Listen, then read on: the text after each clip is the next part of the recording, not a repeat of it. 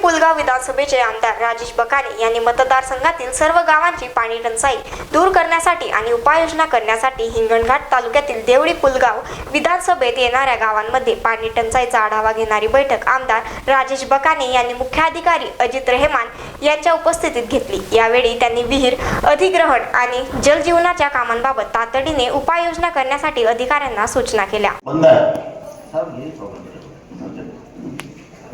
माणसं पाठवले 4 महिने झाले ती माणसं खरं तर काम बंद आहे काय इश्यू आहे स्पेसिफिक काय इश्यू आहे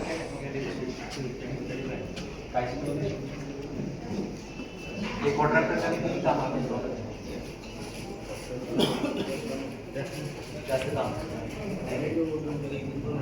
कोण आहे कॉन्ट्रॅक्टर कोण